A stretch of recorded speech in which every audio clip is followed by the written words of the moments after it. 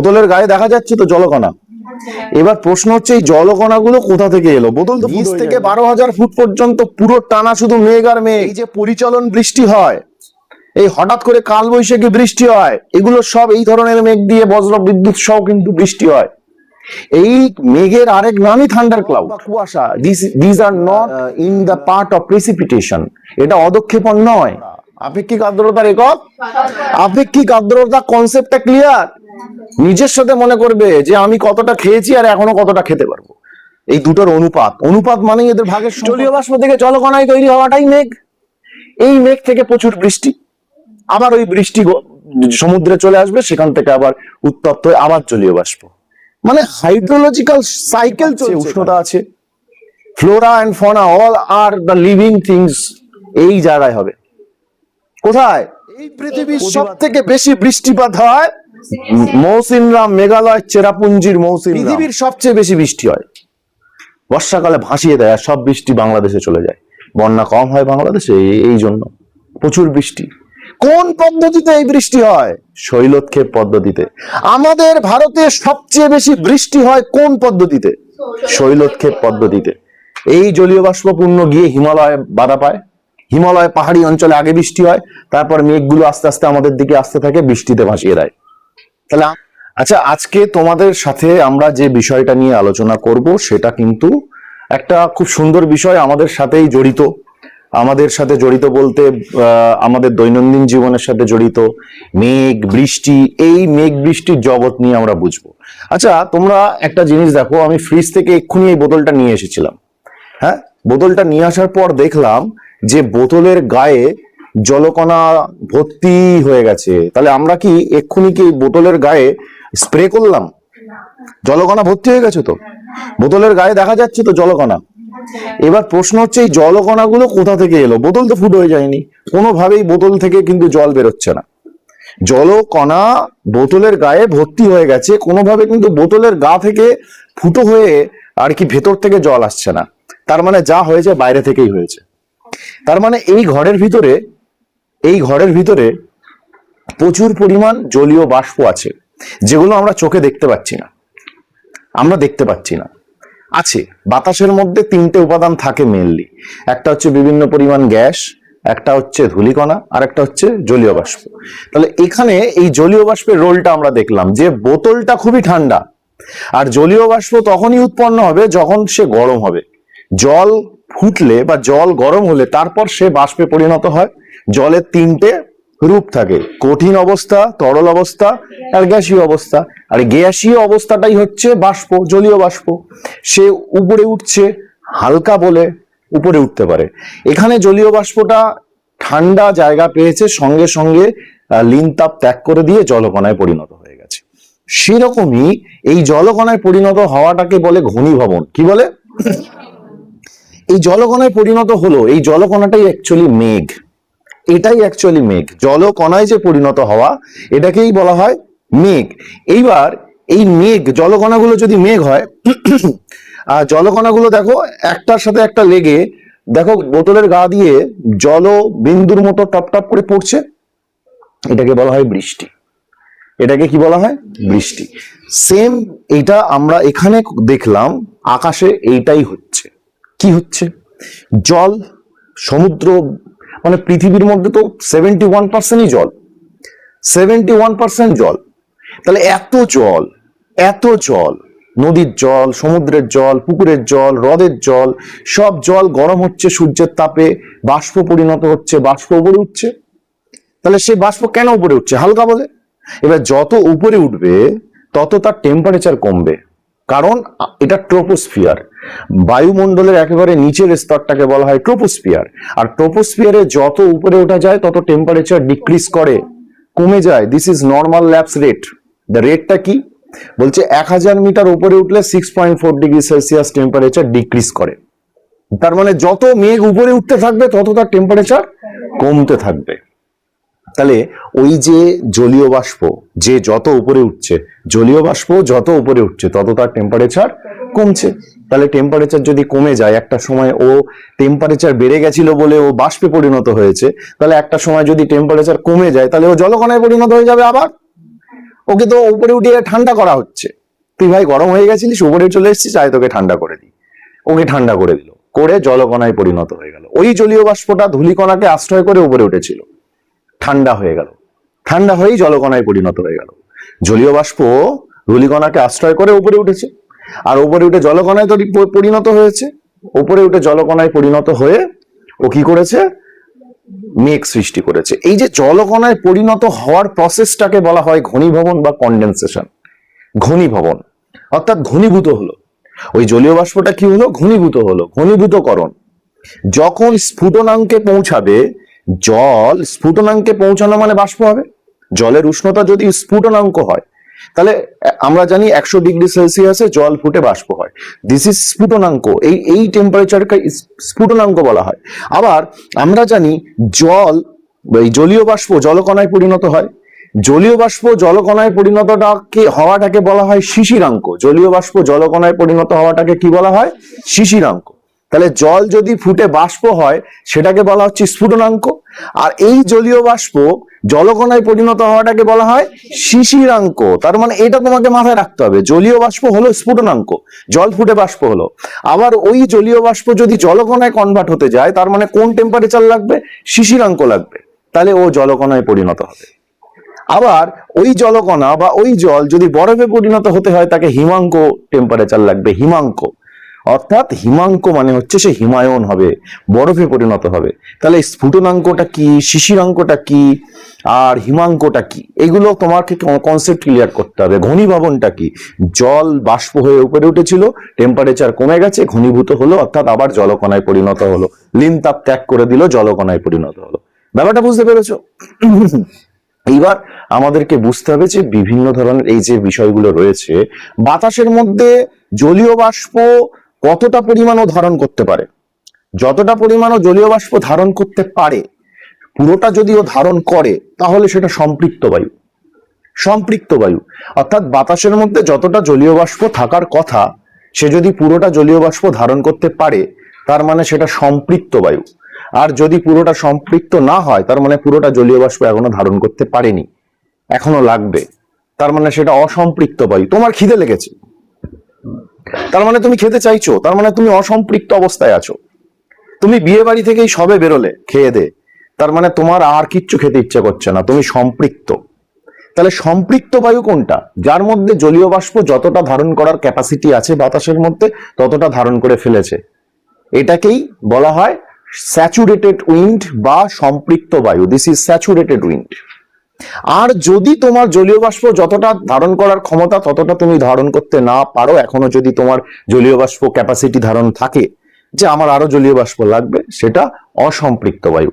এটা আমাদেরকে মাথায় রাখতে হবে, সম্পৃক্ত বায়ু এবং অসম্পৃক্ত বায়ুটা কি। এবার এই জলীয় বাষ্প আমরা দেখলাম যে সম্পৃক্ত হলে কিন্তু বৃষ্টি হয়। যদি বায়ু জলীয় বাষ্প সম্পৃক্ত অবস্থায় পৌঁছায়, তাহলে বৃষ্টি হতে পারে, ওই সম্পৃক্ত বায়ু থেকেই বৃষ্টি হতে পারে। ব্যাপারটা বুঝতে হবে।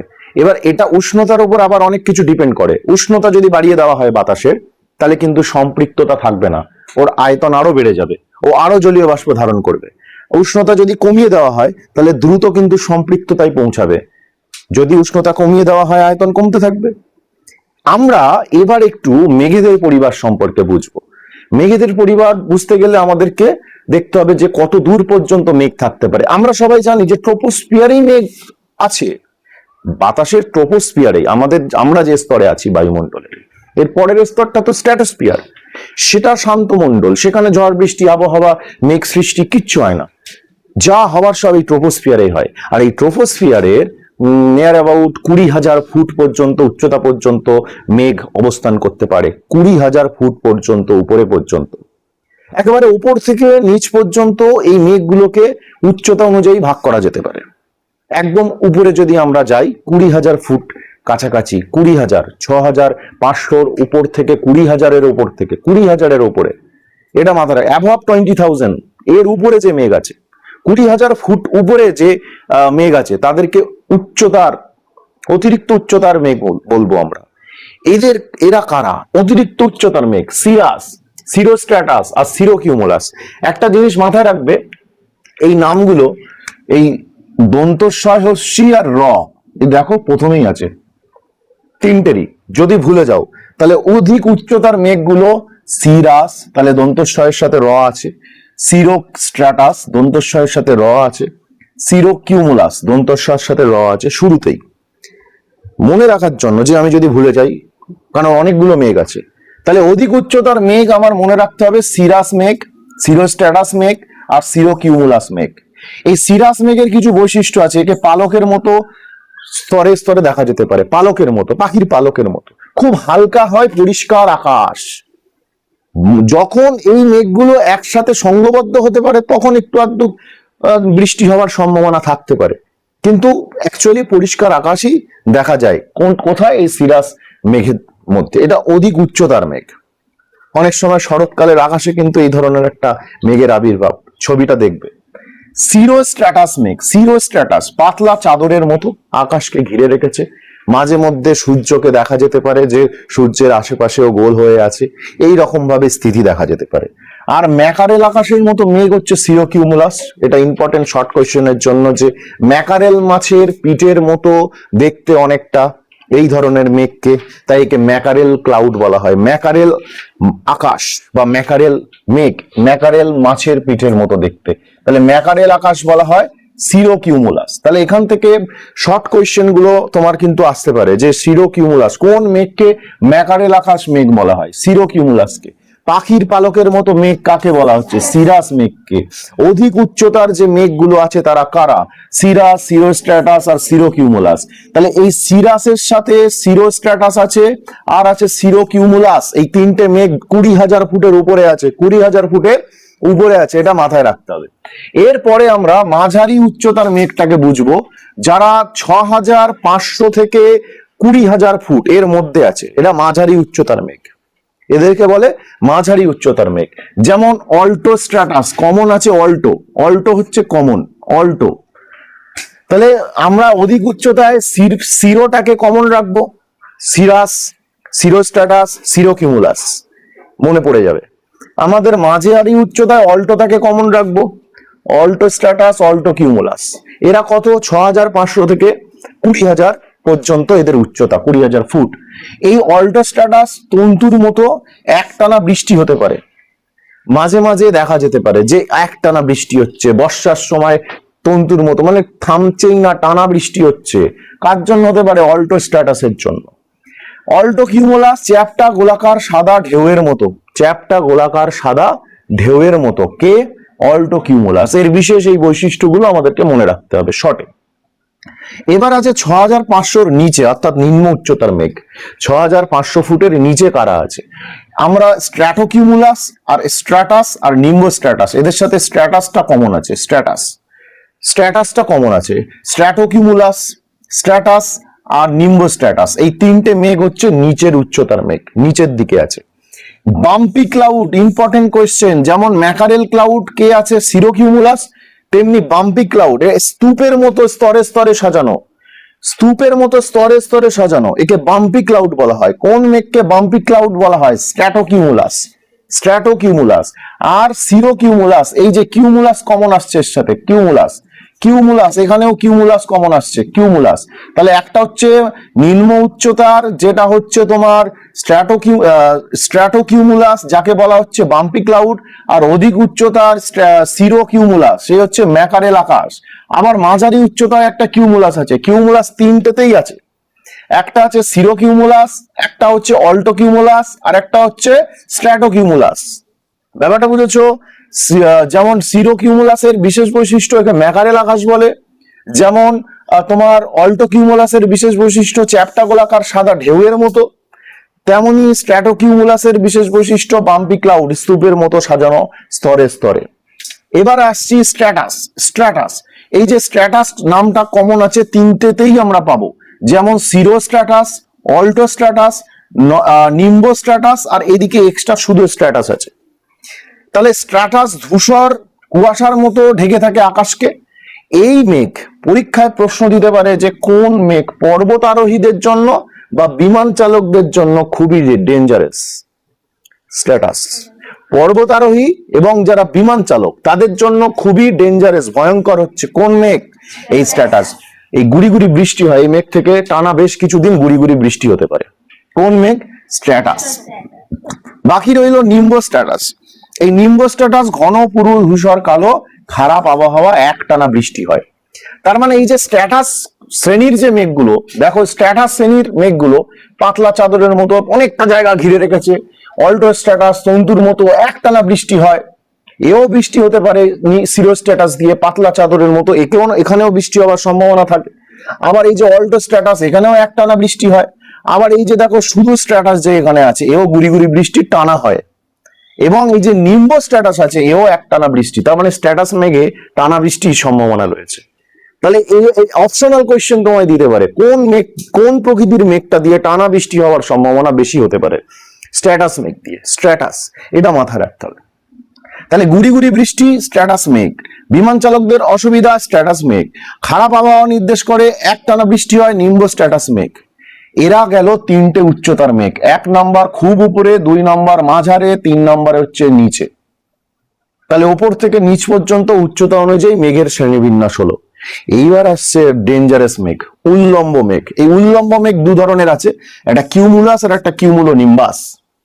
কিউমুলাস আর কিউমুলো নিম্বাস। উল্লম্ব বলতে কি? ধরো নিচ থেকে ওপর পর্যন্ত টানা মেঘ আছে, এগুলো কি হলো? বিভিন্ন উচ্চতায় আছে, নাই উপরে, নাই মাঝে, নাই নিচে। এরা আবার কি না, নিচ থেকে ওপর পর্যন্ত পুরো শুধু মেঘ আর মেঘ। নিচ থেকে ওপর পর্যন্ত শুধু মেঘ আর মেঘ। এরা হচ্ছে দুই ধরনের, একটা কিউমুলাস, একে ফুলকপির মতো লাগে, একে ফুলকপির মতো, এর উপরিভাগটা অনেকটা ফুলকপির মতো। কিউমুলাস মেঘ খুব একটা ডেঞ্জারাস না, খুব একটা যে বৃষ্টি হয় তা না, কিন্তু এরা যদি সংঘবদ্ধ হয়ে যায় বৃষ্টি হতে পারে।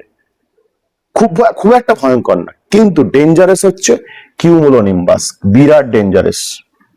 12,000 ফুট পর্যন্ত নিচ থেকে থাকতে পারে।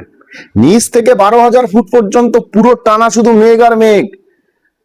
এই যে পরিচলন বৃষ্টি হয়, এই হঠাৎ করে কালবৈশাখী বৃষ্টি হয়, এগুলো সব এই ধরনের মেঘ দিয়ে বজ্র বিদ্যুৎ সহ কিন্তু বৃষ্টি হয়। এই মেঘের আরেক নামই থান্ডার ক্লাউড।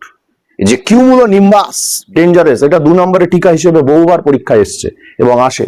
যে কিউমুলো নিম্বাস মেঘ সম্পর্কে বলো। একেবারে নিচ থেকে উপর পর্যন্ত উল্লম্ব ভাবে অবস্থান করে, উল্লম্ব ভাবে এই অবধি, নিচ থেকে উপর অবধি পুরো মেঘ আর মেঘ। কি বৃষ্টি হবে বুঝতেই পারছো, ভারী বৃষ্টি হবে, ভারী বৃষ্টি। তার সাথে কি হতে পারে? তার সাথে বজ্রপাত হতে পারে। তাই এই মেঘের আরেক নাম থান্ডার ক্লাউড। কোন মেঘ? Cumulo Nimbus. বজ্র মেঘ, থান্ডার ক্লাউড বা বজ্র মেঘ। তাহলে কোন মেঘকে বজ্র মেঘ বলা হয়? কিউমুলো নিম্বাস মেঘকে বজ্র মেঘ বলা হয়। তাহলে কনসেপ্টটা ক্লিয়ার? এই গম্বুজের মতো, কিন্তু যেমন ফুলকপির মতো কিউমুলাস, তেমনি গম্বুজের মতো দেখতে অনেকটা হচ্ছে কিউমুলো নিম্বাস, গম্বুজের মতো। তাহলে আমরা কি বুঝলাম? মেঘেদের পরিবার সম্পর্কে আমরা ধারণা পেলাম। তাহলে মেঘের উপরে কি ডিপেন্ড করে? বৃষ্টি ডিপেন্ড করে। তাহলে এবার বৃষ্টি সম্পর্কে আমাদের বুঝতে হবে, বিভিন্ন ধরনের বৃষ্টি সম্পর্কে আমরা বুঝবো। তাহলে একটা পার্ট আমরা মেঘেদের পরিবার নিয়ে বুঝলাম। এবার আমরা মেঘেদের উপর ডিপেন্ড করে কিভাবে বৃষ্টি হয় সেটা আমরা বুঝে নিই। দেখো একটা জিনিস, যে জলীয় বাষ্পর উপরে ডিপেন্ড করছে মেঘ হচ্ছে, জলীয় বাষ্প থেকেই মেঘ তৈরি হয়। আবার এই মেঘ ওপর ডিপেন্ড করে বৃষ্টি হচ্ছে। তাহলে জলীয় বাষ্প উপরে উঠবে, তারপরে তো বৃষ্টি হবে। তাহলে জলীয় বাষ্প থেকে কেমন ধরনের বৃষ্টি সৃষ্টি হতে পারে? আর জলীয় বাষ্প ওপরে উঠে বৃষ্টি হতে পারে, জলীয় বাষ্প নিচেও বৃষ্টি ঘটাতে পারে, জলীয় বাষ্প নিচেও বৃষ্টি হতে পারে। একটা জিনিস, শীতকালে তোমরা ভোরবেলার দিকে অনেকে মাঠে গেছো বা ঘাসের ওপরে ঘুরেছো, দেখবে ঘাসের ওপরে নেহর লেগে আছে, জলকণা জলকণা ঘাসের ওপরে ভর্তি। ভোরবেলার দিকে যদি বা বিকেল বেলার দিকে, শীতকালে একদম বিকেল বেলা সন্ধ্যেবেলার দিকেও যদি ঘাসে পা দাও, দেখবে যে ঘাস ভিজে। কেউ কি স্প্রে করে গেছে নাকি এই বৃষ্টি নেমেছে? বৃষ্টি নিচে হয়েছে, বৃষ্টি ওপর থেকে পড়েনি, বৃষ্টি নিচে হয়েছে। আমরা প্রেসিপিটেশন বা অধঃক্ষেপণটা বুঝবো, যে প্রেসিপিটেশন বা অধঃক্ষেপণটা কি। উপর থেকে যদি জলবিন্দু নিচে পড়ে পতিত হয় তাহলেই সেটা অধঃক্ষেপণ। শুধু জলবিন্দু নাও পড়তে পারে। কেন? তুষার কণা পড়ে না, তুষারপাত হয় না। মেরু অঞ্চলের দিকে তো বৃষ্টি হয় না, সেখানে তো বরফ পড়ে। এটা শুধু বরফ পড়ছে, বরফ কণা পড়েই যাচ্ছে পড়েই যাচ্ছে, এটাকে বলে snowfall. This is also one kind of precipitation. Precipitation মানে যে শুধু বৃষ্টি তা নয়, স্নোফলও প্রেসিপিটেশনের মধ্যে বা অধঃক্ষেপণের মধ্যে পড়বে। অধঃক্ষেপণ মানে ওপর থেকে নিচে পড়া, উপরে উঠেছিল জলীয় বাষ্প, সে অনেক ঠান্ডা হয়ে গেছে, সে বরফে পরিণত হয়ে গেছে, বরফ কণা পড়ছে। উপরে উঠেছিল জলীয় বাষ্প, ঠান্ডা হয়ে জলকণায় পরিণত হয়েছে, বৃষ্টি আকারে নেমে আসছে, এটাও অদক্ষেপণ। সে তুষারপাত হতে পারে অদক্ষেপণ, বৃষ্টিও পড়তে পারে, সেটা অদক্ষেপণ। কিন্তু উপর থেকে পড়েনি কিন্তু নিচে ভিজে আছে, সেটা অদক্ষেপণ নয়। যেমন তোমরা দেখেছো মাঝে মধ্যে কুয়াশা দেখা যায়, অর্থাৎ এই ধরো ভোরবেলার দিকে বা বিকেল বেলার দিকে টেম্পারেচার কমে গেছে, বাতাসে জলীয় বাষ্প আছে, ভূভাগের উষ্ণতা কমে গেছে, উষ্ণতা প্রচন্ড কমে যাওয়ার কারণে ওই জলীয় বাষ্পগুলো জলকণায় নিচেই পরিণত হয়ে গেছে, লিনতাপ ত্যাগ করে নিচেই জলকণায় পরিণত হয়ে গেছে। এবার এরা কি করছে? ভেসে বেড়াচ্ছে, এই জলকণাগুলো ভেসে বেড়াচ্ছে। তুমি সাইকেল নিয়ে যাচ্ছ, হেঁটে যাচ্ছ, বাইক নিয়ে যাচ্ছ, চার চাকায় যাচ্ছ, দেখছো যে লাইট মারছো, তবুও যেন ঝাপসা ঝাপসা দেখা যাচ্ছে না। কেন? কারণ জলীয় বাষ্প ঘিরে রেখেছে। এটাকে ফগ বলা হয় বা কুয়াশা বলা হয়। ফগ বা কুয়াশা, this are not in the part of precipitation. এটা অদক্ষেপণ নয়, কুয়াশা অদক্ষেপণ নয়। কুয়াশা উপর থেকে পড়ছে না, কুয়াশা নিচেই ক্রিয়েট হচ্ছে। জলীয় বাষ্প ভূমির সাথেই উষ্ণতা কমে গিয়ে সেখানেই জলকণায় পরিণত হয়ে জলকণা ভেসে বেড়াচ্ছে বাতাসের মধ্যে। ভূপৃষ্ঠে সংলগ্ন এগুলো, এগুলো ভূপৃষ্ঠ সংলগ্ন, এগুলো উপর থেকে আসছে না। ব্যাপারটা বুঝতে হবে ভালো করে। এই কুয়াশা অদক্ষেপণ নয়। তাহলে কুয়াশা কেন তৈরি হলো? উষ্ণতা কমে গেছে। গরমকালে ভোরবেলা দিকে যদি অনেক টেম্পারেচার কমে যায় হতে পারে, কিন্তু শীতকালে ভোরবেলা এবং সন্ধ্যাবেলা, রাতের বেলা হয়, দেখা যায় কি কুয়াশা। জলীয় বাষ্প ক্রিয়েট হয় না। দিনের বেলা তো উষ্ণতা আসছে একটু হলেও, তো জলীয় বাষ্প ক্রিয়েট হচ্ছে, তাহলে সেই বাষ্পগুলো, জলীয় বাষ্পগুলো উপরে উঠছে না, নিচেই এত টেম্পারেচার কমে যাচ্ছে, ওরা নিচেই কুয়াশা তৈরি করে দিচ্ছে। হ্যাঁ, জলীয় বাষ্প থাকলে তাহলে হবে কুয়াশা। যেখানে জলীয় বাষ্প নেই সেখানে কুয়াশা কি করে হবে? জলীয় বাষ্প লাগবে কুয়াশা সৃষ্টি হতে গেলে। এইবার এই জলকণাগুলো জলবিন্দুতে পরিণত হয়ে ঘাসের ওপরে দেখা গেছে, বাড়ির চালে দেখা গেছে, সেগুলো কিন্তু জলবিন্দু। সেগুলো কি? জলবিন্দু। ঘাসের উপরে দেখা যাচ্ছে, বাড়ির চালে দেখা যাচ্ছে, ছাদের উপরে দেখা যাচ্ছে, বিন্দু বিন্দু আকারে জমে আছে। এদেরকে কিন্তু বলা হয় ডিউ বা শিশির। এইগুলোকে বলা হয় ডিউ বা শিশির। যেমন কুয়াশা ভেসে বেড়ায়, ডিউ ভেসে বেড়াচ্ছে না, শিশির ভেসে বেড়াচ্ছে না। শিশির বিন্দু বিন্দু আকারে জমা হচ্ছে, ঘাসের উপরে জমা হতে পারে, গাছের পাতায় জমা হতে পারে, গাছের পাতায় জমা হয়ে টপ টপ করে পড়ছে, ঘাসের পাতায় জমা হয়ে টপ টপ করে পড়ছে, বাড়ির ছাদে জমা হয়ে পড়ছে, বাড়ির চালে জমা হয়ে পড়ছে, এগুলো শিশির। আর কুয়াশাটা ভেসে বেড়াচ্ছে জলীয় বাষ্প। এরা অদক্ষেপণ নয়। কুয়াশা এবং শিশির অদক্ষেপণ নয়। Concept clear? কুয়াশাও কিন্তু স্পষ্টভাবে দেখতে পাই না আমরা, সবকিছু কুয়াশা ঢেকে রাখতে পারে। এইবার প্রশ্ন হচ্ছে তাহলে অদক্ষেপণ কারা? অদক্ষেপণ হয়েছে বললাম তুষারপাত আর বৃষ্টিপাত। এই বৃষ্টিপাতের আবার বিভিন্ন প্রকারভেদ আছে। যেমন গুড়ি গুড়ি বৃষ্টি, গুড়ি গুড়ি বৃষ্টি হয়, গুড়ি গুড়ি বৃষ্টি, মুষলধারে বৃষ্টি, শিলাবৃষ্টি। বৃষ্টি হচ্ছে তার সাথে বরফের টুকরো পড়ছে, বৃষ্টি হচ্ছে তার সাথে বরফের টুকরো পড়ছে, শিলাবৃষ্টি। মানে কি? উপরে বরফে পরিণত হয়ে গেছে, এত টেম্পারেচার কম। তাহলে সেই বরফটা উপর থেকে পড়তে পড়তে পড়তে পড়তে পড়তে পড়তে ঘর্ষণ বেগ আছে, সেই ঘর্ষণের ফলে তাপ শক্তি উৎপন্ন হয়ে গলে গেছে বরফ। নিচে যখন এসে পড়েছে কিছুটা বরফের টুকরো দেখা যাচ্ছে, ছোট বড় ভর্তি পড়ছে। তাহলে বরফটাই ওই বৃষ্টিটা মারাত্মক ঠান্ডা, ওই বৃষ্টিটা মারাত্মক ঠান্ডা, কারণ টেম্পারেচার প্রচুর কম। তাহলে ব্যাপারটা বুঝতে হবে। বৃষ্টিপাত সেটা বিভিন্ন ধরনের হতে পারে, স্লিট, গুড়ি গুড়ি বৃষ্টি, শিলাবৃষ্টি, এগুলো বিভিন্ন ধরনের বৃষ্টিপাত। ব্যাপারটা বোঝা গেছে? এইবার আমাদেরকে বুঝতে হবে যে বাতাসের মধ্যে এই যে জলীয় বাষ্প আছে না, এই জলীয় বাষ্পটাকেই বলা হয় আর্দ্রতা। বাতাসের আর্দ্রতা, হিউমিডিটি, আর্দ্রতা। এখানে একটা ইম্পর্টেন্ট কোয়েশ্চেন আছে যেটাকে বলা হয় আপেক্ষিক আর্দ্রতা। এটা আমরা বুঝবো, তারপরে বিভিন্ন ধরনের বৃষ্টিপাত গুলো বুঝবো। আপেক্ষিক আর্দ্রতা বা রিলেটিভ হিউমিডিটি কি, এটা আমরা বুঝি। আপেক্ষিক আর্দ্রতা বা রিলেটিভ হিউমিডিটি কি? আচ্ছা, বাতাসের মধ্যে যদি 100% জলীয় বাষ্প থাকে তাহলে ওটা কি ধরনের বায়ু? ভেরি গুড, সম্পৃক্ত বায়ু। তাহলে বাতাসের মধ্যে যদি 100%ই জলীয় বাষ্প থেকে যায় তাহলে সেই বাতাস কি আর জলীয় বাষ্প নেবে? সব বায়ু কি সম্পৃক্ত বায়ু? নাও তো হতে পারে। এই জায়গাটায় বোঝার আছে কি বাতাসের মধ্যে কতটা জলীয় বাষ্প আছে বাতাসের মধ্যে কতটা জলীয় বাষ্প আছে। দেখো নির্দিষ্ট উষ্ণতায়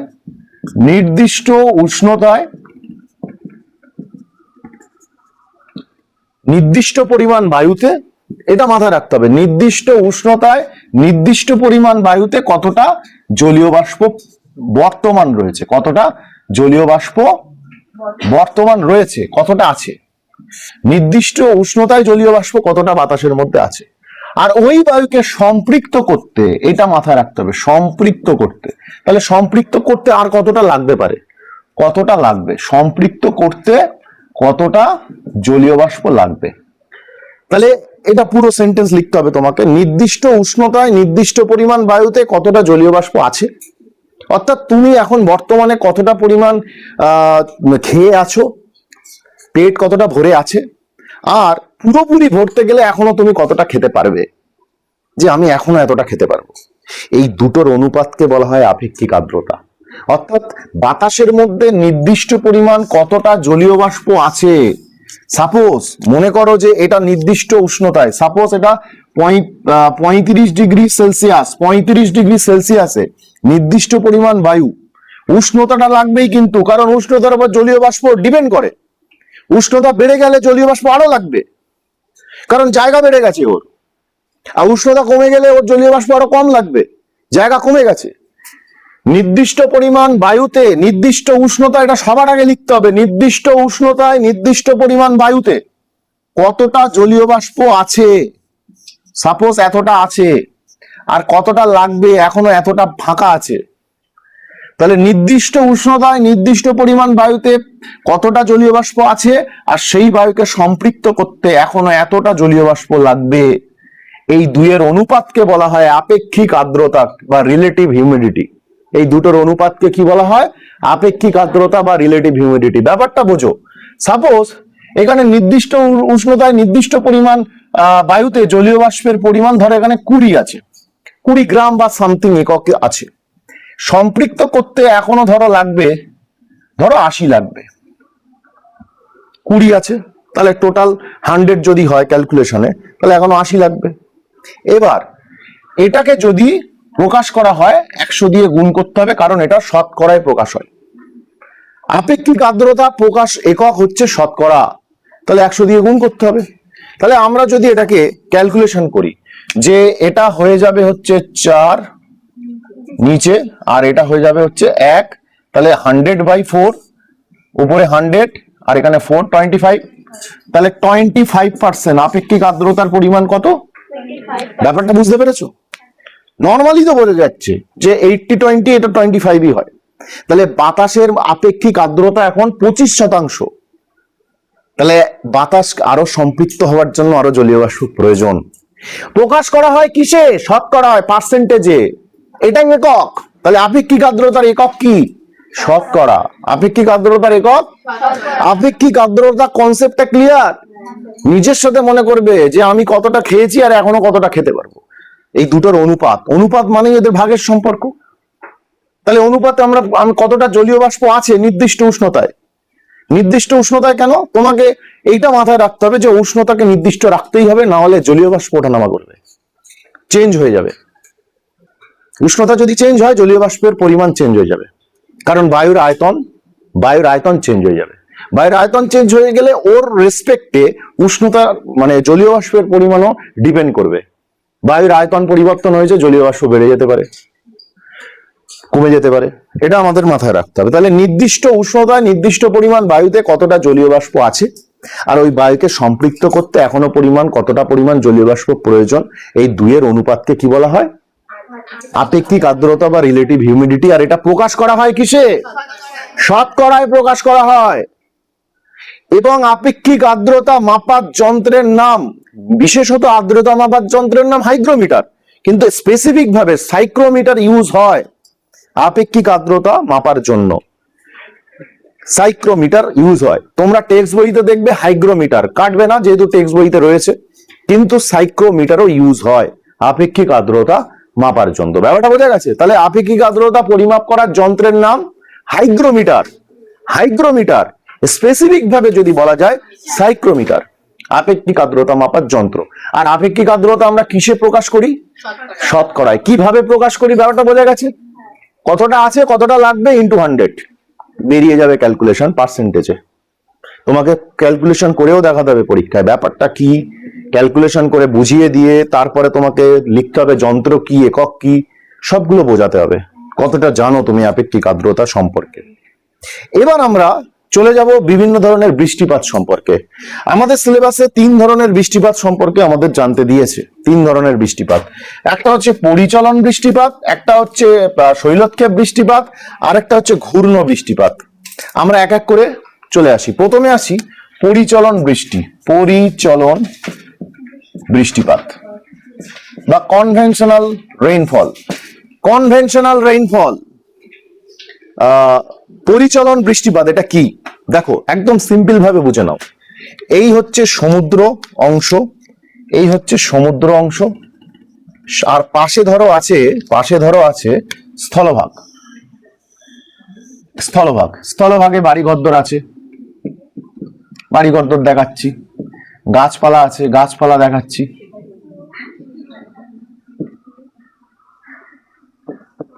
বাড়িঘরদর গাছপালা দিয়ে স্থলভাগ হয়, এগুলো দেখাবে তোমরা। এবার একটা জিনিস ভালো করে বুঝতে হবে কি, এই যে সমুদ্র অংশ, এই সমুদ্র থেকে জলীয় বাষ্প উৎপন্ন হবে কি হবে না? আচ্ছা, ও জলীয় বাষ্প উৎপন্ন হবে কেন?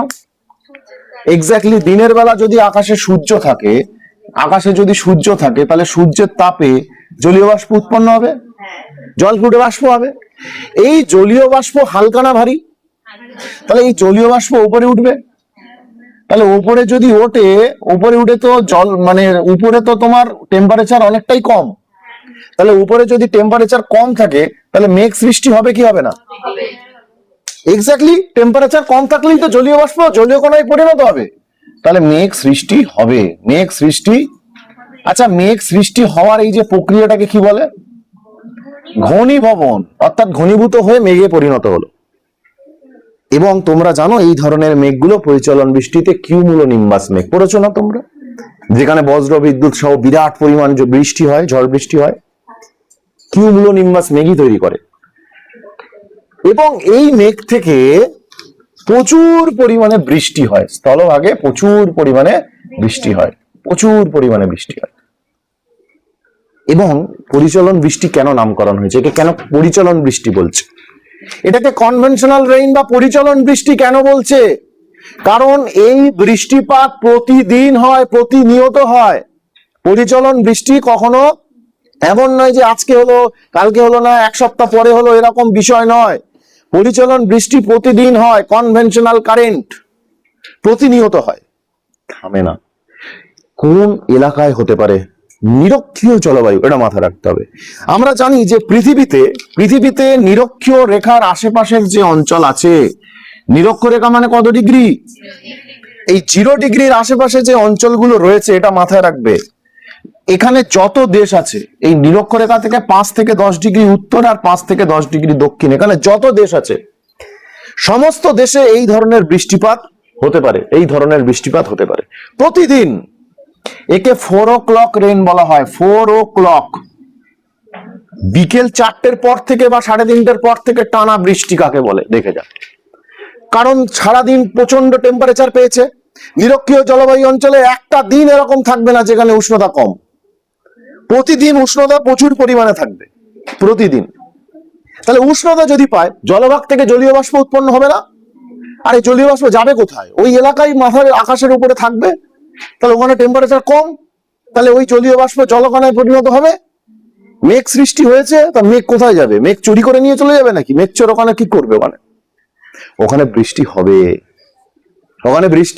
হবে, প্রতিদিন। এটা কেমন ধরনের বৃষ্টি? 4 o'clock রেন।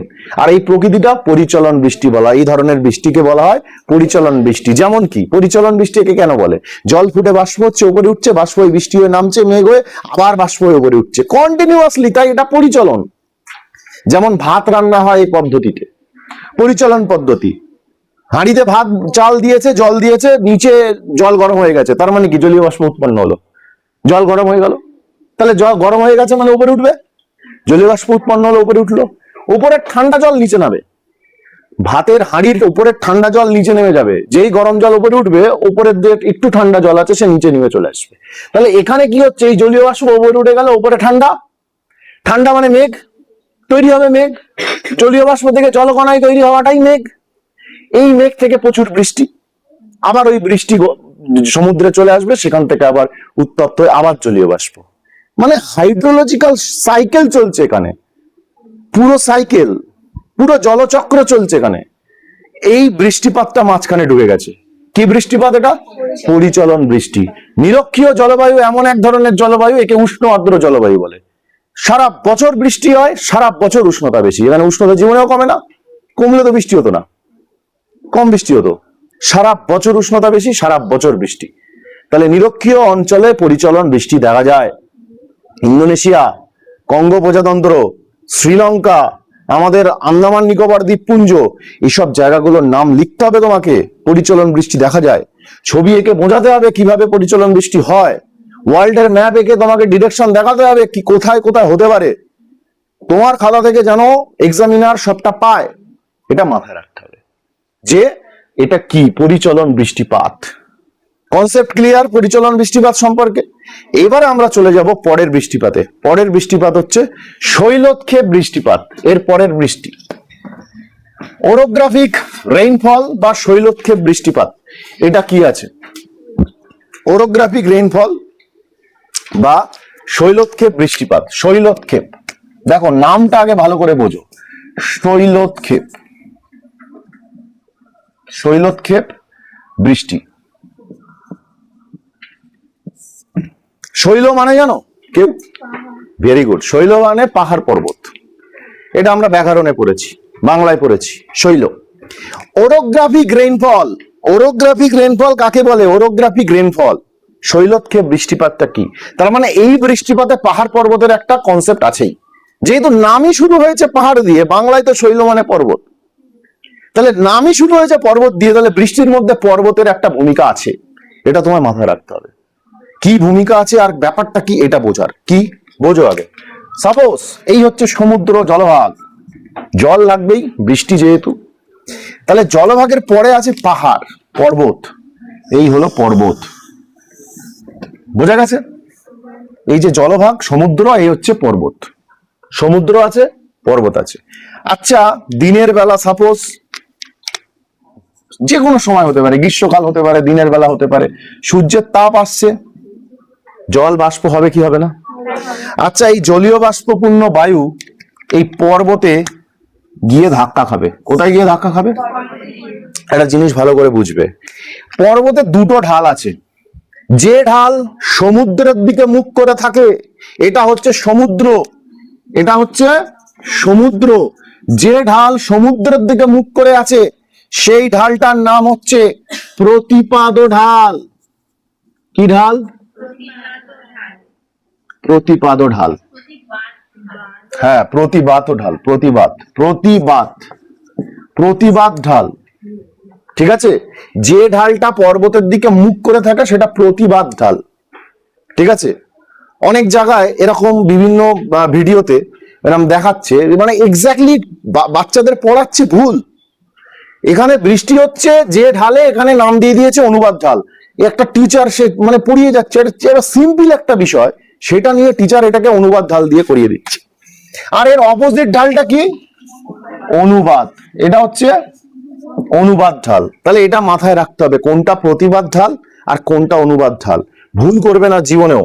যেটা যেটা তোমার সমুদ্রের দিকে মুখ করে আছে সেটাকে বলা হয় যে বাতাস আসতে পারবে, সমুদ্র থেকে বাতাস আসতে পারবে যে ঢালে, সেটাকে বলে উইন্ডওয়ার্ড, উইন্ডওয়ার্ড স্লোপ। সমুদ্র থেকে বাতাস আসতে পারবে যে ঢালে বাধা পাবে সে হচ্ছে উইন্ডওয়ার্ড স্লোপ বা প্রতিবাদ ঢাল।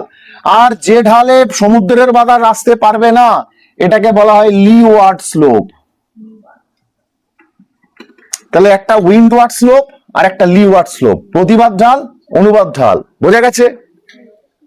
তাহলে যেখানে সমুদ্রের বাতাস যেতে পারবে সেটা কি ঢাল? প্রতিবাদ ঢাল, আর যেখানে যেতে পারবে না অনুবাদ ঢাল। এটা কনসেপ্ট ক্লিয়ার? এবারে কি বুঝবো, দেখো সমুদ্রের বাতাস পাহাড়ে গিয়ে ধাক্কা খেয়েছে, ধাক্কা খেয়ে কি ওখানেই থাকবে? ও তো হালকা, ও যত উপরে উঠতে পারবে তত ভালো, ও ধাক্কা খেয়ে উপরে উঠছে, ধাক্কা খেয়ে উপরে উঠছে, তাহলে উপরে উঠে গেল, ধাক্কা খেলো উপরে উঠলো। আচ্ছা, উপরে উঠলে জলকণায় পরিণত হবে কি হবে না? উপরে টেম্পারেচার বেশি না কম? তাহলে মেঘ সৃষ্টি হবে কি হবে না? তাহলে উপরে উঠেও মেঘ সৃষ্টি করেছে। কোনো অসুবিধা আছে? মেঘ সৃষ্টি তো হবেই। উপরে তো ওর উপরে তো টেম্পারেচার কমে গেছে, জলীয় বাষ্প থেকে কি হচ্ছে? মেঘ সৃষ্টি হয়েছে। কি হয়েছে? মেঘ সৃষ্টি হয়েছে। এই মেঘ থেকে বৃষ্টি হবে না? অবশ্যই হবে। কোন ঢালে হচ্ছে বৃষ্টি? এক্স্যাক্টলি, প্রতিবাদ ঢালেই বৃষ্টিটা হচ্ছে। বৃষ্টি হচ্ছে কোন ঢালে? প্রতিবাদ ঢালেই বৃষ্টি হচ্ছে। কনসেপ্টটা ক্লিয়ার? বৃষ্টি হলো। এইবার একটা জিনিস, এই মেঘ বৃষ্টি ঘটানোর পর তাতে কি জলীয় বাষ্প আছে কি নেই? এই বায়ু বৃষ্টি ঘটানোর পর আর কি জলীয় বাষ্প আছে কি নেই? আচ্ছা, যদি বায়ুতে জলীয় বাষ্প না থাকে সে বায়ু হালকা না ভারী? এক্স্যাক্টলি, জলীয় বাষ্প ছিল মানে হালকা।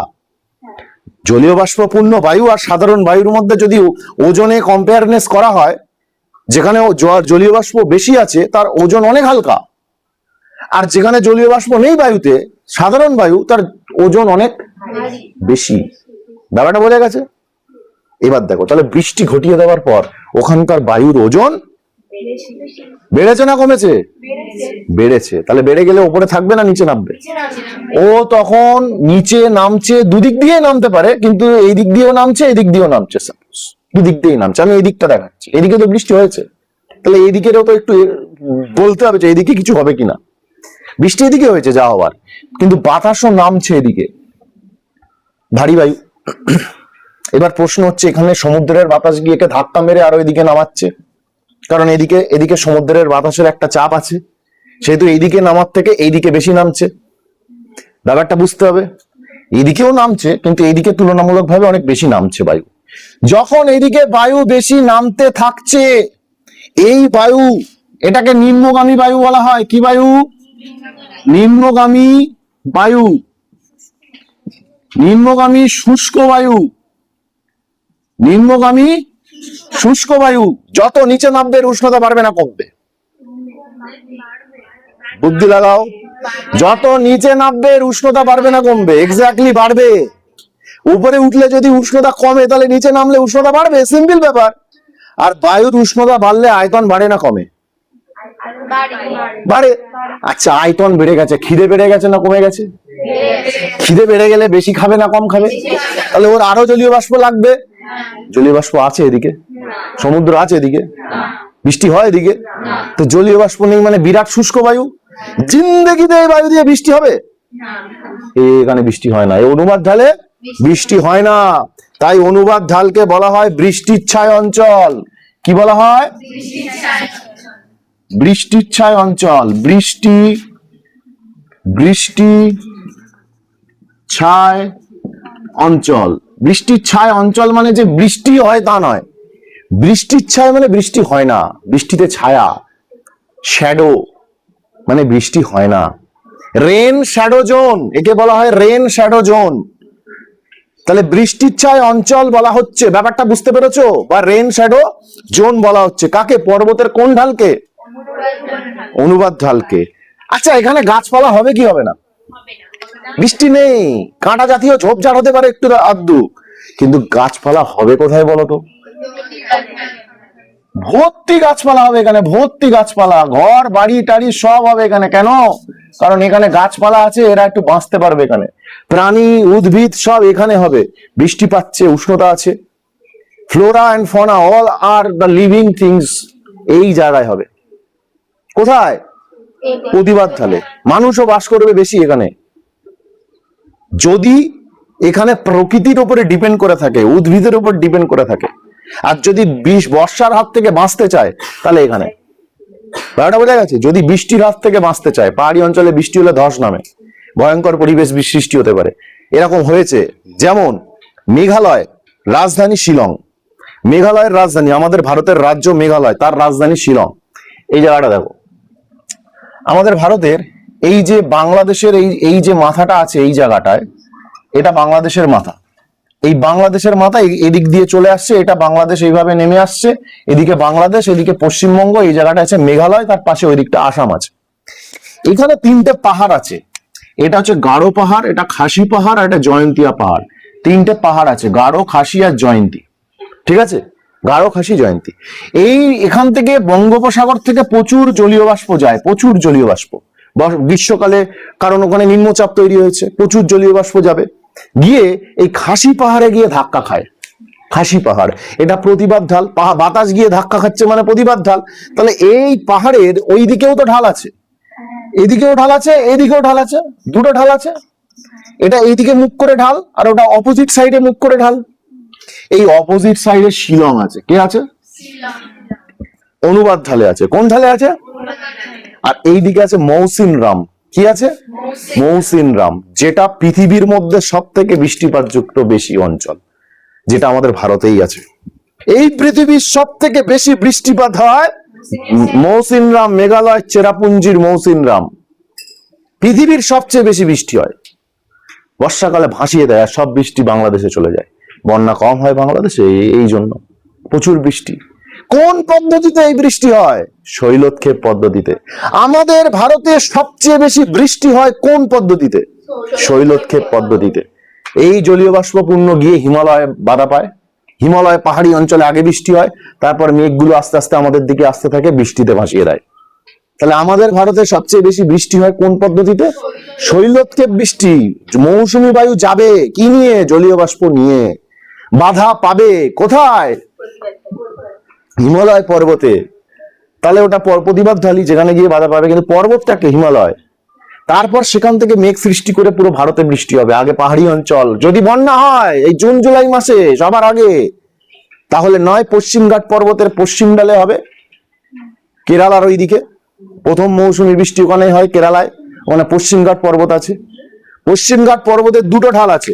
পশ্চিমঘাট পর্বতের, এটা ধরো ভারতের উপকূলবর্তী অঞ্চল, এইখানে পশ্চিমঘাট পর্বত আছে, পশ্চিমঘাট পর্বত। এই পশ্চিমঘাট পর্বতের দুটো ঢাল, এই যে ঢাল, একটা এইদিকে ঢাল আর একটা এইদিকে ঢাল, ব্যাপারটা বুঝতে পেরেছো? তাহলে এই দিকের ঢালে তো সমুদ্রের বায়ু গিয়ে ধাক্কা খাচ্ছে, তাহলে এটা প্রতিবাদ। আর অপোজিট ডিরেকশনটা অনুবাদ। কোথায় প্রতিবাদে বৃষ্টি হবে? আর এইদিকে মালাবার উপকূল আছে কেরালার, এখানেই প্রথম মৌসুমী বৃষ্টি হয়। কোন পদ্ধতিতে? শৈলক্ষেপ পদ্ধতিতে। আর এই দিকটা অর্থাৎ পশ্চিমঘাট পর্বতের পূর্ব ঢাল আর পশ্চিমঘাট পর্বতের পশ্চিম ঢাল। পশ্চিমঘাট পর্বতের পশ্চিম ঢালে বৃষ্টি হয়, প্রচুর হয়, আর পূর্ব ঢালে বৃষ্টি হয় না। পশ্চিমঘাট পর্বতের পশ্চিম ঢালে বৃষ্টি হয়, পূর্ব ঢালে হয় না, কারণ পূর্ব ঢাল অনুবাদ ঢাল। তাহলে বৃষ্টির ছায়া অঞ্চল। যে ঢালে বৃষ্টি হয় না সেটা বৃষ্টির ছায়া অঞ্চল। দুটো উদাহরণ আমরা জানতে পারলাম, একটা শিলং বৃষ্টির ছায়া অঞ্চল, আর একটা জানতে পারলাম পশ্চিমঘাট পর্বতের পূর্ব ঢাল বৃষ্টির ছায়া অঞ্চল। একটার জায়গায় দুটো লিখবে, ব্যাপারটা বুঝতে হবে ভালো করে। তাহলে এই কনসেপ্টটা ক্লিয়ার। এবার প্রশ্ন হচ্ছে যে ওই উত্তরাখণ্ড বা পাহাড়ি অঞ্চল, কেদারনাথ যে মুভি তোমরা দেখেছো, বন্যা হচ্ছে জুন জুলাই মাসে, পাহাড়ি অঞ্চলে বন্যা হয়, তারপর আমাদের এদিকে বৃষ্টি হয়। খবরের চ্যানেলে শোনা যাচ্ছে পাহাড়ি অঞ্চলে বিরাট বৃষ্টি, মেঘ ভাঙা বৃষ্টি, বন্যা কবলিত হয়ে গেছে পাহাড়ি অঞ্চলের জনজীবন। বিষয়টা বুঝতে হবে ভালো করে, কেন পাহাড়ে গিয়ে আগে বৃষ্টিটা হলো? কারণ মৌসুমী বায়ু গিয়ে ধাক্কা খেয়েছে পর্বতে, হিমালয় পর্বতে, সেখানে বৃষ্টি ঘটিয়ে তারপর আমাদের এদিকে আসছে। এই জন্য পাহাড়ি অঞ্চলে বৃষ্টি আগে হয়, কারণ আমাদের ভারতে তো শৈলক্ষেপ পদ্ধতিতে বৃষ্টি হয়। ব্যাপারটা বুঝতে পেরেছো? এইগুলো গেল পুরো হিস্ট্রি কার? এই শৈলক্ষেপ বৃষ্টির। পুরো হিস্ট্রি কার? শৈলক্ষেপ বৃষ্টির। এরপর আমাদের যে কনসেপ্টটা ক্লিয়ার করতে হবে সেটা হচ্ছে ঘূর্ণ বৃষ্টিটা কি। এই কালবৈশাখী আমরা তো যখন তখন গ্রীষ্মকালে দেখতে পাই, এই তো আমাদের কাছে প্রতিবেশীর মতো কালবৈশাখী না এলে মনে হলো কেউ যেন একটা এলো না এরকম একটা ভাব তৈরি হবে। এ কি যেন একটা আসছে না এরকম একটা ভাব, মানে আমাদের সাথেই থাকে, মাঝে মাঝে আমাদের চড়থাপ্পড় দিয়ে বেরিয়ে যায়। কে তুই? ঘরে ঢোক, চলে এসছি। হঠাৎ করে বিরাট ভাবে আকাশ কালো হয়ে গেল, বিরাট পরে গাছপালা নানা দিচ্ছে, বিরাট কে এসছে? কালবৈশাখী নাচতে এসছে। পশ্চিমবঙ্গের অধিবাসী আমরা এই নাচ দেখে দেখে বড় হয়েছি। যেই থেমে গেল আমতলায় চলে গেল, আগে চলে যায়। মানে ঝড় আগে, তারপর তো বৃষ্টি, আগে ঝড় তারপর বৃষ্টি, বৃষ্টি হলে আবার পালাতে হবে। ঝড় উঠেছে, এবার ডাল ভেঙে পড়লে কি হবে? আম কুড়াতে গিয়ে অনেকের মাথা ফেটে গেছে, এরকম আছে কিন্তু। তো এবার আমরা বুঝবো ঘূর্ণ বৃষ্টিটা কি। এই কালবৈশাখীও এক ধরনের ঘূর্ণ বৃষ্টি। তো কি হচ্ছে, বিষয়টা কি, বিষয়টা বোঝা যাক। ঘূর্ণ বৃষ্টি বা সাইক্লোনিক রেনফল, সাইক্লোনটা আমরা জানি, ঘূর্ণবাতটা কি আমরা জানি। যখন চাপের পার্থক্য হয়, কোথাও নিম্নচাপ হয়েছে, প্রচুর পরিমাণে উষ্ণতা সেখানে বেড়ে গেছে, তাই তো নিম্নচাপ। বায়ু সব উষ্ণ হয়ে গরম হয়ে উপরে উঠে গেছে। এবার উচ্চচাপ অঞ্চল থেকে বায়ু সেখানে আসছে। তাহলে বায়ু যদি আসে জলীয় বাষ্প নিয়ে, ঝড় তো হবেই, তার সাথে বৃষ্টিও হবে, কারণ টেম্পারেচারের একটা ডিফারেন্স। বিষয়টা বুঝতে হবে ভালো করে। যদি কোথাও নিম্নচাপ হয়, কোথাও নিম্নচাপ হয়েছে, এখানে ধরো লো প্রেশার জোন তৈরি হয়েছে, তাহলে আশেপাশে অঞ্চল থেকে কি হবে? বায়ু আসবে, উচ্চচাপ অঞ্চল থেকে বায়ু আসবে। তাহলে প্রচুর পরিমাণে যদি জলীয় বাষ্প, এখানে নিম্নচাপ আছে, জলীয় বাষ্প অ্যাভেলেবেল যদি থাকে, আর যে আসছে সে যদি জলীয় বাষ্প নিয়ে আসে, তাহলে প্রচুর পরিমাণে বৃষ্টি হবে, ঘূর্ণিঝড়ের সাথে বৃষ্টি হবে। এটা ঘূর্ণ বৃষ্টি। এটা দু ধরনের হয়, একটা ক্রান্তীয় ঘূর্ণ বৃষ্টি, একটা নাতিশীতোষ্ণ ঘূর্ণ বৃষ্টি। ক্রান্তীয় অঞ্চলে, বিশেষত সমুদ্র যে অঞ্চল আর স্থলভাগ, এদের মধ্যে উষ্ণতার একটা প্রভেদ বা পার্থক্য দেখা যায়। জল আর স্থলভাগে নিম্নচাপ খুব তাড়াতাড়ি হয়, জলভাগে নিম্নচাপ একটু দেরিতে হয়। জলভাগে কি হচ্ছে? জলীয় বাষ্প প্রচুর পরিমাণে উৎপন্ন হচ্ছে, ওই জলীয় বাষ্প লিন তাপ ত্যাগ করে, ওই লিন তাপ শক্তি দেয় কাকে? ওই মেঘ বা জলীয় বাষ্প যে তৈরি হয়েছে, ঝড় সৃষ্টি হতে শক্তি প্রদান করে লিন তাপ। যেন একটা ওই মানে কি বলবো, ওই সুদর্শন চক্রের মতো। শ্রীকৃষ্ণের হাতে যে সুদর্শন চক্র থাকে, ছেড়ে দিয়েছে হঠাৎ, শকুনির গলাটা কাটতে হবে, তো সে বিষয়টা হচ্ছে সুদর্শন চক্র ছেড়ে দিয়েছে। দেওয়ার পর ওই ধরো ব্যাপারটা হচ্ছে ঘুরতে ঘুরতে ঘুরতে ঘুরতে ঘুরতে ঘুরতে ঘুরতে ঘুরতে ঘুরতে ঘুরতে স্থলভাগে এসে ধাক্কা খেয়েছে, পুরো ঘূর্ণবাতটা এসে স্থলভাগে এসে আছাড় খেয়েছে। এবারে স্থলভাগে কি হচ্ছে? স্থলভাগের কিছুটা অংশ বিশাল ঝড় উঠেছে, বৃষ্টি হচ্ছে, ঝড় উঠেছে, বৃষ্টি হচ্ছে। ঘূর্ণবাদের কেন্দ্রে কি থাকে? Low pressure. আর ঘূর্ণবাদের কেন্দ্রকে কি বলা হয়? ঘূর্ণবাদের চক্ষু, অর্থাৎ সুদর্শন চক্রের মিডিল অংশ, চক্ষু। ওখানে বৃষ্টি ঝড় কিছু হয় না। যখনই আছাড় খেলো ঘূর্ণবাদটা উপকূলে, তখন বিশাল ঝড় বৃষ্টি হওয়ার পর কিছুক্ষণ থেমে গেল, তার মানে এখন চক্ষু অঞ্চলটা আছে ওখানে, আবার হাফ টাইমের পর আবার হবে, তার মানে এইবার বাকি অংশটা দিয়ে শেষ হবে। তাহলে ঘূর্ণবাদ আছাড় খেলে এই ধরনের অবস্থা সৃষ্টি হতে পারে। এই যে কালবৈশাখী, হঠাৎ করে নিম্নচাপ তৈরি হয়েছে, তো কারণ দিনের বেলা এত গরম বেড়ে গেছে, বায়ু এখানে নেই, বায়ু হালকা হয়ে উপরে উঠে গেছে।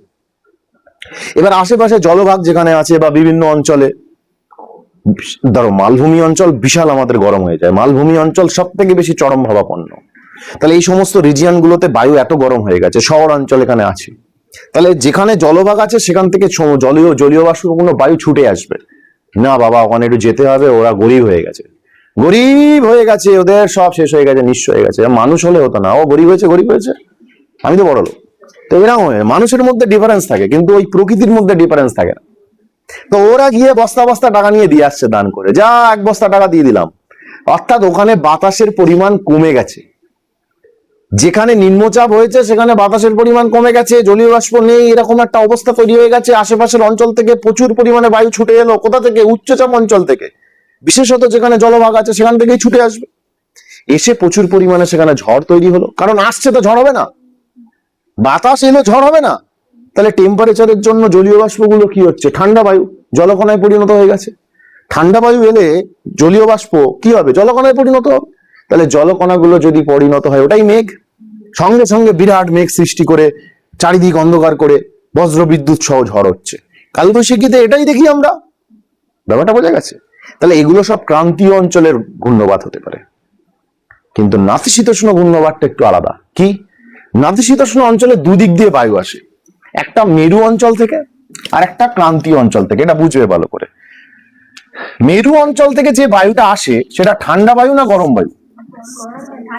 একদমই পুরো ঠান্ডা বায়ু। আর ক্রান্তীয় অঞ্চল থেকে বা নিরক্ষীয় অঞ্চল থেকে যে বায়ুটা আসবে সেটা গরম বায়ু।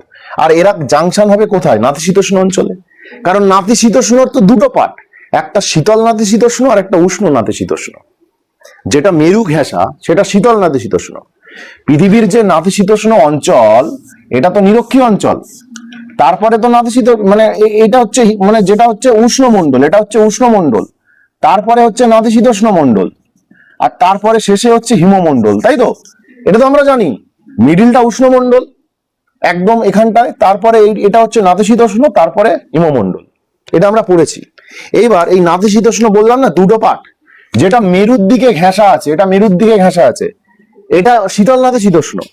আর এটা উষ্ণমণ্ডলের দিকে ঘেঁষা আছে, এটা উষ্ণ নাতিশীতোষ্ণ। তাহলে এই শীতল নাতিশীতোষ্ণ আর উষ্ণ নাতিশীতোষ্ণ কোথাও যদি এসে মেশে, তাহলে এ ঠান্ডা ঠান্ডা বায়ু কুলকুল, আর এ গরম গরম বায়ু হট হট। তাহলে ব্যাপারটা বুঝতে হবে যে একটা উষ্ণ বায়ু আর একটা শীতল বায়ু যদি কোনো জায়গায় এসে জাংশন করে, ডেঞ্জারাস ব্যাপার। দুটো বিপরীত বায়ু, একটা উষ্ণ আর একটা শীতল। কে হালকা?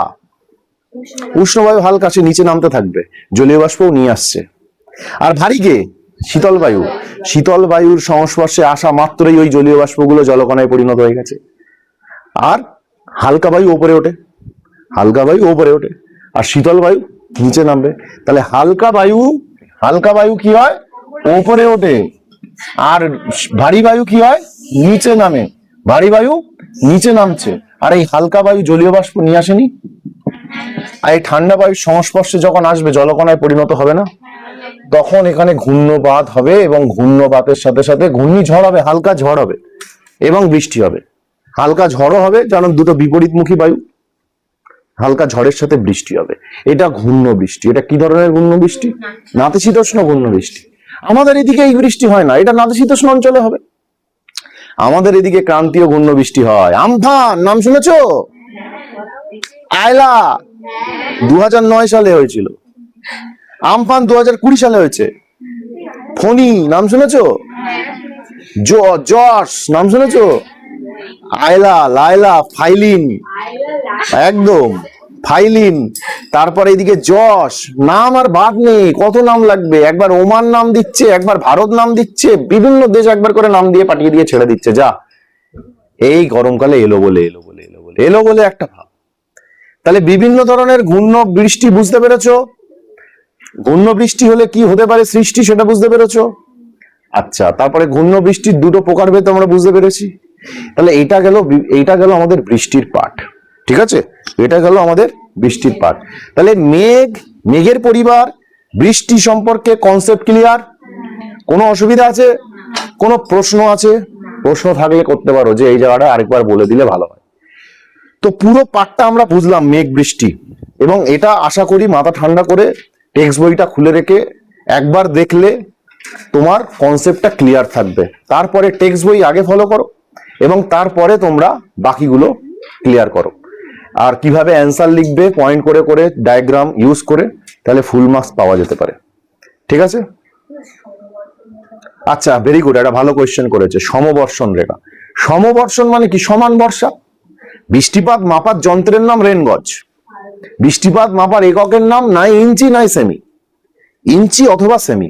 এবার কোথায় কত ইঞ্চি বৃষ্টি হচ্ছে, কোথায় কত সেমি বৃষ্টি হচ্ছে, সেই জায়গাগুলো যেখানে সমান সমান বৃষ্টি হয়, মানচিত্রে সেগুলোকে একটা রেখা দ্বারা যুক্ত করা হয়, যে এই সমস্ত জায়গায় একই ধরনের বৃষ্টি হয়, একই পরিমাণ বৃষ্টি হয়। তাহলে যেখানে একই পরিমাণ বৃষ্টি হয়, যেখানে যেখানে, তাদেরকে পয়েন্ট আউট করে একটা রেখা দ্বারা যুক্ত করো। যে রেখা পাবে তাকেই সমবর্ষণ রেখা বলা হয়, আইসোহাইট বলা হয় একে, সমবর্ষণ রেখা। ব্যাপারটা বোঝা গেছে? সমান পরিমাণ বৃষ্টিপাত যুক্ত স্থানগুলিকে মানচিত্রে যে রেখা দ্বারা দেখানো হয়, নীল কালারের হয় এটা, ঠিক আছে, তাকে বলা হয় সমবর্ষণ রেখা। ক্লিয়ার? আর কারোর কোনো জিজ্ঞাসা? Everything okay? Okay, thank you.